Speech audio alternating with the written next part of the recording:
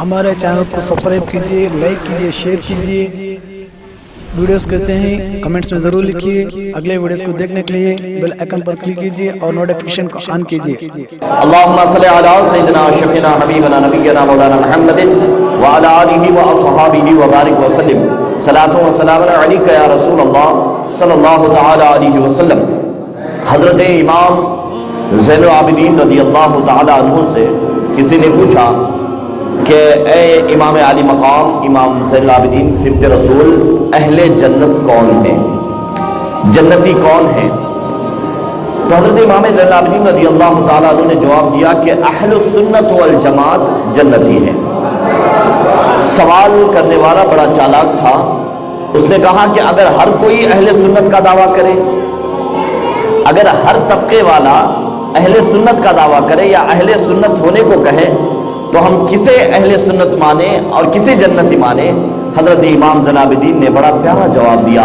حضرت امام زین العابدین رضی اللہ تعالیٰ عنہ نے فرمایا جو کثرت سے نبی پاک صلی اللہ تعالیٰ علیہ وسلم پر درود و سلام پڑھتا ہے وہی اہل جنت ہے، وہی اہل سنت ہے۔ جیسا کہ آپ سبھی حضرات جانتے ہیں کہ آج کی یہ مبارک اور مقدس نورانی محفل حافظ و قاری صادق صاحب کے والد مرحوم فیروز احمد صاحب کی عیسائی ثواب کے غرض سے اس محفل کو انہوں نے سجایا ہے۔ قابل مبارکباد ہے الحمدللہ کہ ایک ایسا انوکھا اور نرالا قدم انہوں نے اٹھایا ہے اور ہر کسی کو ایک راہ بتائی ہے کہ چہلم میں اگر آپ ایک رسول کائنات صلی اللہ تعالیٰ علیہ وسلم کی بارگاہ میں محفل میلاد منعقد کریں، کچھ حضور کی خصائل مناقب جو ہے بیان ہو اور نبی پاک صلی اللہ تعالیٰ علیہ وسلم کی بارگاہ میں نعتیہ کلام پیش کی جائیں تو الحمدللہ یہ بڑی ہی مبارک اور متبرک محفل ہے۔ اللہ اس کا ثواب بہت زیادہ مرحوم کو عطا فرمائے۔ ہماری دعا ہے کہ مرحوم کو مولا جنت الفردوس عطا فرمائے، مرحوم کی بخشش و مغفرت عطا فرمائے، قیامت تک ان کی قبر پر رحمت و نور کی برسات عطا فرمائے۔ چراغ حسن جلا کر آواز دیتے ہیں، چراغ حسن جلا کر آواز دیتے ہیں، چراغ حسن جلا کے آواز دیتے ہیں، جو بھی دیتے ہیں وہ رسول کائنات دیتے ہیں۔ مصطفیٰ کریم صلی اللہ تعالیٰ علیہ وسلم کی بارگاہ میں ہم اور آپ محفل میلاد سجانے آئے ہیں تو شاعر نے کہا کہ نوح کو موج طوفان سے کنارہ مل گیا، نوح کو موج طوفان سے کنارہ مل گیا، حسن یوسف کو زلیخا کا اشارہ مل گیا اور کلیم اللہ کو لطف نظارہ مل گیا، الغرض ہر بیچارے کو چارہ مل گیا اور ہم غریبوں کو محمد کا سہارا مل گیا۔ عزیزان ملت اسلامیہ، میں نے جس آیت کریمہ کی تلاوت کا شرف حاصل کیا ہے، ان الذین آمنوا وعملوا الصالحات اولئک هم خیر البریہ، بے شک وہ لوگ جو ایمان لائے اور نیک عمل کیے وہی اللہ کی سب سے اچھی مخلوق ہے۔ تمام مخلوق میں سب سے بہتر مخلوق پروردگار عالم کی وہ ہیں جو ایمان لائے اور نیک عمل کیے۔ یہ میری مختصر سی تقریر جو آدھے گھنٹے کی جو مجھے وقت دیا گیا ہے، الحمدللہ اس میں آپ سمجھ لیں کہ پروردگار عالم نے اس آیت کریمہ میں سب سے بہترین مخلوق کسے کہا ہے اور سب سے بہترین مخلوق بننے کے لیے ہمیں اور آپ کو کرنا کیا چاہیے۔ پروردگار عالم نے اس آیت میں سب سے پہلے فرمایا وہ لوگ جو ایمان لائے، وہ لوگ جو ایمان لائے، صاحب ایمان۔ پروردگار عالم نے سب سے پہلے ایمان کا ذکر کیا ہے اور اہل ایمان کون ہے، صاحب ایمان کون ہے؟ جو نماز پڑھے، جو روزہ رکھے، جو حج ادا کرے، جو نیک عمل کرے، اعمال صالحہ، کیا یہ صاحب ایمان ہے؟ مفسرین اکرام فرماتے ہیں کہ یہ تو نیک عمل ہے، یہ صاحب ایمان کیا؟ صاحب ایمان کون ہے؟ اہل ایمان کون ہے؟ یہ نماز، روزہ، صدقات وغیرہ سب کچھ اعمال صالحہ ہیں، نیک عمل ہیں۔ صاحب ایمان وہ ہے، مفسرین اکرام فرماتے ہیں جو نبی پاک صلی اللہ تعالیٰ علیہ وسلم سے محبت کرتا ہے وہ صاحب ایمان ہے۔ اور آگے ارشاد فرماتے ہیں جو حد سے زیادہ محبت کرتا ہے وہ کمال ایمان والا ہے۔ تو پروردگار عالم نے اس میں سب سے پہلے نماز روزہ، حج اور زکوٰۃ کا ذکر نہیں کیا، اس آیت میں پروردگار عالم نے سب سے پہلے ایمان کا ذکر کیا ہے، اور ایمان والا وہی ہے جو رسول اللہ صلی اللہ تعالیٰ علیہ وسلم سے محبت کرتا ہے، جو عاشق رسول ہے وہی صاحب ایمان ہے۔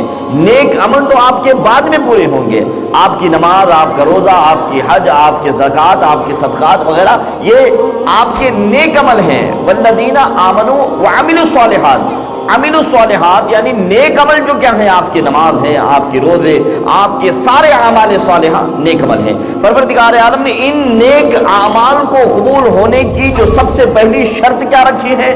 صاحب ایمان ہونا۔ آئیے صاحب ایمان کون ہے اور ایمان کی علامت کیا ہے اور ایمان کی سب سے بڑی نشانی کیا ہے، اس سے ہم شروع کرتے ہیں۔ اور الحمدللہ ماشاءاللہ سبحان اللہ، ہمارے منور عالم صاحب ماشاءاللہ الحمدللہ شموگا سے اس محفل میں تشریف لائے، اور اس محفل کا جو ہے الحمدللہ اس محفل کی رونق انہوں نے بڑھائی ہے ماشاءاللہ۔ الحمدللہ ہم ان کا خیر مقدم کرتے ہیں، خوش آمدید کرتے ہیں، اور ایک مرتبہ عقیدت اور محبت کے ساتھ درود پاک پڑھ لیجیے۔ اللہم صلی علی سیدنا شفیعنا حبیبنا نبینا مولانا محمد وعلی آلہ وصحبہ وبارک وسلم، صلاۃ و سلام علیک یا رسول اللہ صلی اللہ تعالی علیہ وسلم۔ صاحب ایمان، ایمان کس کا مکمل ہے اور ایمان والا کون ہے؟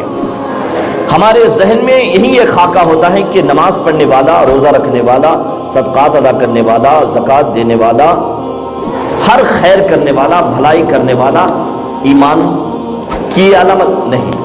سنیے، یہ تو اعمال صالحہ ہے، ایمان لانے کے بعد آپ کو یہ عمل کرنا ہے۔ خیبر کے فتوحات تھے، اور خیبر کے فتوحات کا جو دور چل رہا تھا، رسول کائنات صلی اللہ تعالیٰ علیہ وسلم تشریف فرما تھے۔ ایک حبشی غلام بکریاں چراتا ہوا آیا، اور جب وہ نبی پاک صلی اللہ تعالیٰ علیہ وسلم کو دیکھا، رسول کائنات صلی اللہ تعالیٰ علیہ وسلم کی بارگاہ میں آیا، کہا کہ آپ کون ہیں؟ اس حبشی غلام نے ایک سیدھا سادہ سوال کیا، آپ کون ہیں؟ نبی پاک صلی اللہ تعالیٰ علیہ وسلم نے فرمایا میں اللہ کا رسول ہوں۔ تو کون اللہ؟ کہا جو آسمانوں میں ہے، کہا ہاں۔ تو اس حبشی غلام نے کہا کیا میں آپ کو مان لوں؟ کیا میں آپ کو مان لوں؟ تو کہا مان لو۔ کلمہ پڑھ لیا، لا الہ الا اللہ محمد الرسول اللہ، ایمان لایا، کلمہ پڑھ لیا۔ اور یہ جو بکریاں چراتا ہوا آیا تھا، اس نے بکریوں پر مٹی سے جو ہے مٹی پھینک کر کہا کہ اے بکریوں، سب اپنے اپنے گھر چلے جاؤ، میں مصطفیٰ جان رحمت کا غلام بن گیا ہوں، میں نبی پاک صلی اللہ تعالیٰ علیہ وسلم کا غلام بن گیا ہوں، اب اپنے اپنے گھر چلے جاؤ۔ یہی وہ بکریاں ہیں جنہیں حبشی غلام گھر تک لے جاتا، تب جاتے جب بکریوں نے سنا کہ یہ مصطفیٰ جان رحمت کا غلام بن گیا، بکریاں خود بخود اپنے گھر چلی گئی۔ تلوار لے کر میدان جنگ میں پہنچا، اور زخم اور تیر و تلوار کے وار، بہت سارے زخم، یہ تمام واروں کو سہنے کے بعد یہ زخمی حالت میں جب رہا تو اس کے قبیلے والے آئے، اس حبشی غلام کے قبیلے والے آئے، اور اس قبیلے والے نے حبشی غلام سے پوچھا کیا تو نے ہم قبیلے والوں کے لیے لڑا ہے یا رسول اللہ صلی اللہ تعالیٰ علیہ وسلم کے لیے لڑا ہے؟ اپنی جان ہم قبیلے والوں کے لیے دی ہے یا مصطفیٰ جان رحمت کے لیے دی ہے؟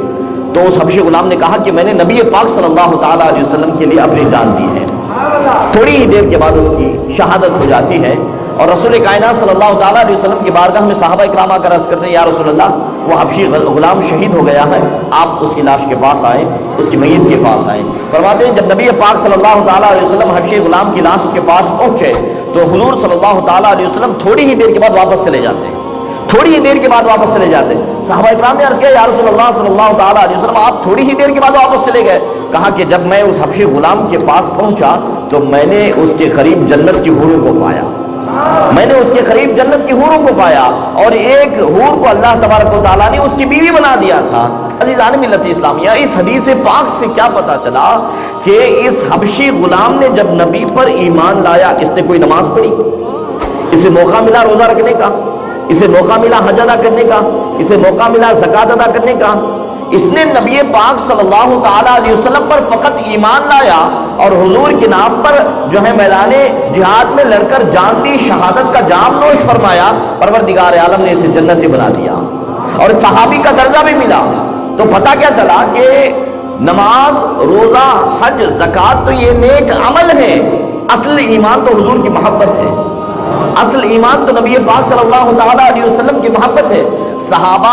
صحابی ان کی عبادت اور ان کی ریاضت کی وجہ سے نہیں، یہ تو مصطفیٰ جان رحمت کی نظر عنایت سے صحابہ صحابی بنے ہیں، حضور صلی اللہ تعالیٰ علیہ وسلم کی نظر عنایت سے بنے ہیں. تو ہمیں پتہ چلتا ہے کہ نبی پاک صلی اللہ تعالیٰ علیہ وسلم کی محبت ہی عین ایمان ہے، اور جو ہے ایمان کی سب سے بڑی علامت عشق رسول ہے. آپ ذرا دیکھیں حضرت بلال رضی اللہ تعالیٰ عنہ کون تھے؟ حضرت بلال رضی اللہ تعالیٰ عنہ حبشی تھے، سید نہیں تھے، غریب تھے، امیر نہیں تھے، کالے تھے، سفید نہیں تھے، غلام تھے، آزاد نہیں تھے، لیکن عشق کا یہ عالم تھا. مدینے کی گلیوں میں چلتے تھے تو ان کے قدموں کی آہٹ جنت میں سنائی دیتی تھی. عشق کا یہ عالم تھا. تو یہی وہ عشق ہے جو آپ کو جنتی بنائے گا اور آپ کو جنت کا حقدار بنائے گا. عزیزان ملت اسلامیہ، پروردگار عالم نے قرآن مجید میں ارشاد فرمایا ان الذین آمنوا وعملوا الصالحات اولئک هم خیر البریہ، بے شک وہ لوگ جو ایمان لائے اور نیک عمل کیے وہ اللہ کی سب سے اچھی مخلوق ہے. اگر یہ آپ کرتے ہیں تو پروردگار عالم اس کا بدلہ کیا دے گا؟ جزاؤہم عند ربہم جنات عدن تجری من تحتها الانہار خالدین فیہا ابدا. اس کا بدلہ یہ ہوگا کہ انہیں جنت دی جائے گی، بسنے والے باغ، ایسے ہی باغ جس کے نیچے جو ہے نہریں جاری ہوں گی اور وہ اس میں ہمیشہ رہیں گے. اللہ ان سے راضی ہے اور اللہ سے راضی ہے. یہ سب کچھ کب ملے گا؟ جب ان کے دلوں میں خدا کا خوف ہوگا، اللہ کا ڈر ہوگا.